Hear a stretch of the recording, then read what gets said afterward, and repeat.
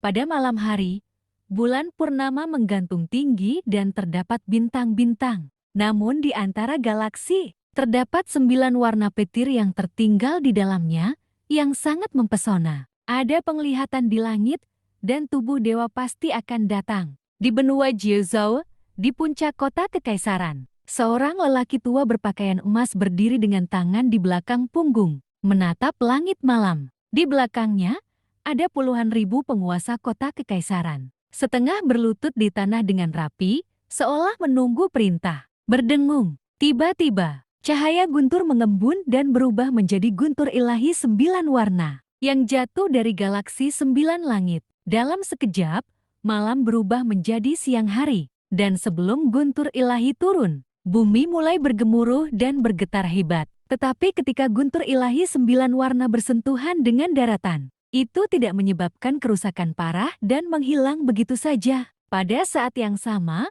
bumi sekali lagi diselimuti kegelapan. Dan langit malam yang semula cerah juga banyak meredup. Seolah-olah ada esensi yang telah diekstraksi dan kedamaian masa lalu dipulihkan. Tetapi pada saat ini, mata lelaki tua itu sangat cerah. Dan bahkan tubuhnya gemetar karena kegembiraan. Dia menunjuk ke tempat di mana guntur jatuh.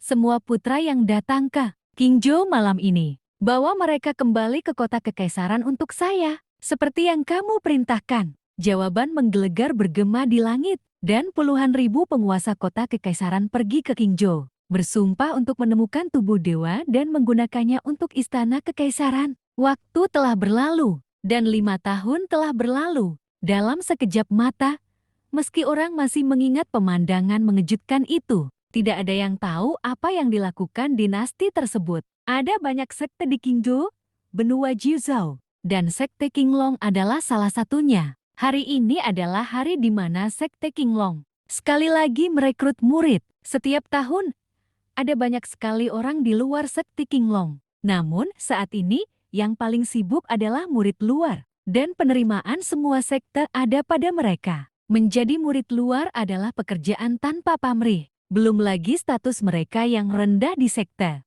Bahkan orang luar pun meremehkan mereka. Alasannya sangat sederhana. Siapapun yang merupakan murid luar memiliki kualifikasi yang sangat buruk dan jarang mencapai banyak hal dalam hidupnya. Ia secara alami dibenci oleh orang lain.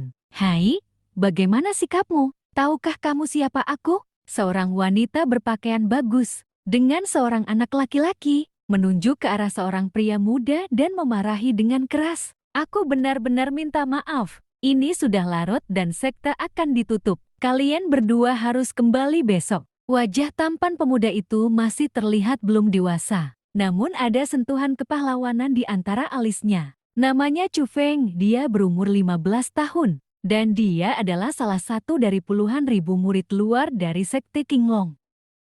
Namun, sebagai murid luar, Chu Feng ini berbeda. Ia tidak merasa rendah diri dengan orang lain, tidak merendahkan diri, dan memperlakukan semua orang tanpa rasa takut atau takut, serta tenang dan tenang. Kembalilah besok. Apa menurutmu aku idiot? Di mana kamu ingin kami, ibu dan anak, tinggal di pegunungan terpencil dan pegunungan liar ini? Kamu harus mengatur tempat untukku. Kalau tidak aku akan pergi ke orang yang lebih tua untuk berdebat denganmu. Wanita itu menolak dan benar-benar meraih kerah Chu Feng. Saudara Chu Feng, apakah kamu dalam masalah? Tetapi pada saat ini, sebuah suara manis tiba-tiba terdengar. Melihat lebih dekat, seorang gadis berpakaian ungu mendekat, meski ada senyuman di bibirnya. Namun matanya yang tajam menatap wanita itu dari dekat. Dan ketakutan yang kuat muncul. Bukan karena hal lain, tapi karena jubah ungu pada gadis itu, yang merupakan lambang murid batin. Wanita itu diam-diam berteriak, mengira dengan statusnya, dia bisa mempersulit pemuda di depannya. Dia tidak pernah berpikir bahwa pemuda yang tidak mencolok ini akan memiliki murid batinia sebagai pendukungnya. Dan dia adalah seseorang yang tidak mampu dia sakiti. Tidak apa-apa, tidak apa-apa. Aku hanya menanyakan sesuatu pada adik kecil ini. Wanita itu menjelaskan sambil tersenyum. Gadis itu memelototinya terlebih dahulu, lalu hanya mengucapkan satu kata, keluar. Pada saat ini, tubuh wanita itu tidak bisa menahan gemetar. dan wajahnya menjadi pucat. Namun, dia tidak ragu sama sekali. Dia membawa anak laki-laki itu dan pergi dengan cepat. Dalam kepanikannya, dia bahkan terjatuh dan sangat malu. Melihat ini, Chu Feng menggelengkan kepalanya tanpa daa, lalu memberi hormat pada gadis di sampingnya. Terima kasih, kakak senior Chu Yue. Kamu masih sopan padaku. Kita adalah keluarga. Fu Yue sedikit tidak senang. Apa yang dia katakan benar. Chu Feng dan dia memang satu keluarga. Mereka berasal dari keluarga bangsawan yang sama, keluarga Chu. Chu Yue ini adalah sepupu dari keluarga paman kedua Chu Feng, dan hanya 1 tahun lebih tua dari Chu Feng. Namun, Chu Yue lulus ujian sekte dalam 3 tahun lalu dan menjadi murid sekte dalam, dan sekarang menjadi master linggu tingkat keempat. Aturan sekte harus selalu dipatuhi, kata Chu Feng sambil tersenyum cerah. Hei! Namun, melihat Chu Feng seperti ini, Chu Yue merasa sedih di dalam hatinya.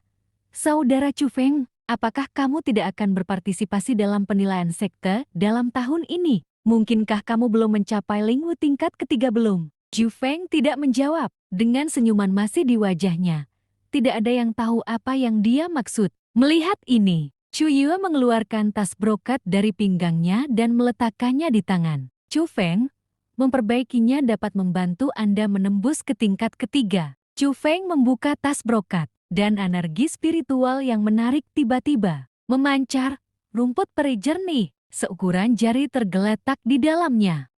Saudari Chu Yue, ini terlalu berharga, aku tidak bisa menerimanya. Chu Feng segera mengembalikannya ke Chu Yue. Rumput jiwa abadi adalah obat suci untuk seni bela diri. Sangat berharga dan memiliki efek tanpa akhir pada pembudidaya. Seni bela diri di alam bela diri spiritual. Untuk memungkinkan mereka meningkatkan budidaya mereka dengan cepat, keluarga Chu akan mensubsidi mereka masing-masing dengan rumput peri setiap tahun. Tampaknya tanaman Chu Yue juga disubsidi oleh keluarga. Tetapi Chu Yue tidak menikmatinya, malah diberikan kepadanya. Hal ini membuat Chu Feng begitu terharu hingga tidak tega menerimanya. Jika aku menyuruhmu memberikannya kepadamu, ambil saja. Itu tetap bukan saudaraku. Chu Yue sedikit tidak senang. Hei, kapan Sister Chu Yue menjadi begitu murah hati dan ingin memberikan rumput peri? Dengar, aku juga adikmu. Aku akan menerobos ke seni bela diri spiritual tingkat keempat baru-baru ini.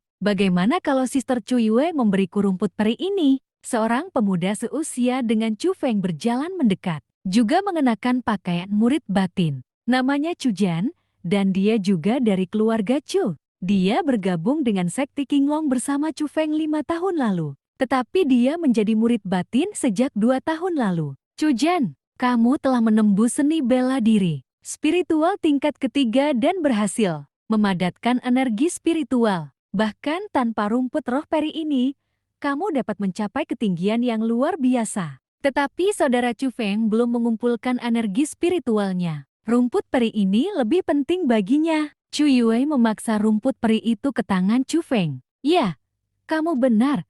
Tapi sayang sekali dia tidak menghargai kebaikanmu. Chu Jian merentangkan tangannya dan mencibir. Siapa bilang aku tidak menginginkannya? Namun, Chu Feng tersenyum tipis. Begitu saja meletakkan rumput peri ke dalam pelukannya. Lalu berkata, Saudari Chu Yue, aku harus meminjam rumput peri ini darimu. Di masa depan, aku akan membalasmu 2 kali lipat. Baiklah, melihat Chu Feng menerimanya, Chu Yue sangat gembira. Tapi dia hanya menerimanya dengan santai. Tidak memikirkan Chu Feng membayarnya kembali. Apa yang kamu berikan kembali? Rumput peri ini hanya sia-sia untuk kamu gunakan. Namun, wajah Chu Jian menjadi jelek. Chu Feng tersenyum dan mengabaikannya. Tetapi berkata kepada Chu Yue, Saudari Chu Yue, saya akan berpartisipasi dalam penilaian sekte dalam tahun ini. Hah? Hanya kamu? Jika kamu bisa lulus ujian sekte dalam, aku akan memberimu rumput peri yang disubsidi oleh keluarga tahun ini. Chu Jian memandang Chu Feng dengan jijik. Apakah kamu serius? Chu Feng tidak mempercayainya. Saudari Chu Yue bersaksi.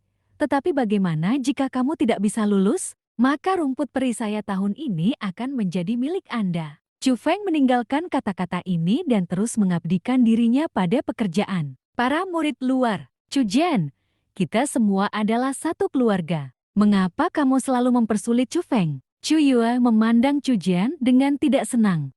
Sebuah keluarga, saudari Chu Yue. Kamu harus tahu bahwa Chu Feng ini sama sekali bukan keluarga Cuku. Gagal lulus ujian sekte dalam setelah 5 tahun memasuki sekte sungguh memalukan bagi keluarga Chu saya. Siapa di seluruh keluarga Chu yang menyukainya? Kamu adalah satu-satunya yang begitu baik padanya. Dan kamu benar-benar memberinya rumput perimu. Chu Jian sangat bingung. Kamu sangat keras kepala. Chu Yue sedikit marah, memelototinya, dan pergi. Tapi Chu Jian berdiri di sana dan tersenyum. Dia sangat bahagia. Meskipun dia tidak mendapatkan rumput peri Chu Yue, dia tahu bahwa tahun ini rumput peri Chu Feng harus menjadi miliknya. Pada pukul 10 malam, tempat para murid luar beristirahat benar-benar gelap. Setelah hari yang sibuk, semua orang sangat lelah dan pergi tidur lebih awal. Hanya kamar Chu Feng yang masih menyala. Dia duduk bersila di samping tempat tidur, mengeluarkan rumput peri yang diberikan Chu Yue padanya, dan berbisik, "Saya harap rumput peri ini bisa memberi makan Anda." Setelah mengatakan ini, Chu Feng menutup matanya, menjepit rumput peri di antara telapak tangannya, dan menciptakan mantra aneh. Pada saat ini, energi spiritual di rumput roh peri juga mulai mengalir ke tubuh Chu Feng di sepanjang telapak tangannya, dan akhirnya berkumpul di dantian. Pada saat yang sama, suara mengunyah datang dari dantian Chu Feng. Seolah-olah ada sesuatu yang sedang dimakan. Jika Anda melihat melalui kulitnya, Anda dapat menemukan bahwa ada bola guntur dan kilat jauh di dalam dantian Chu Feng. Bola petir dan kilat ini terbagi menjadi 9 warna. Masing-masing warna tampak seperti binatang petir raksasa, memancarkan aura menakutkan yang bukan milik dunia ini.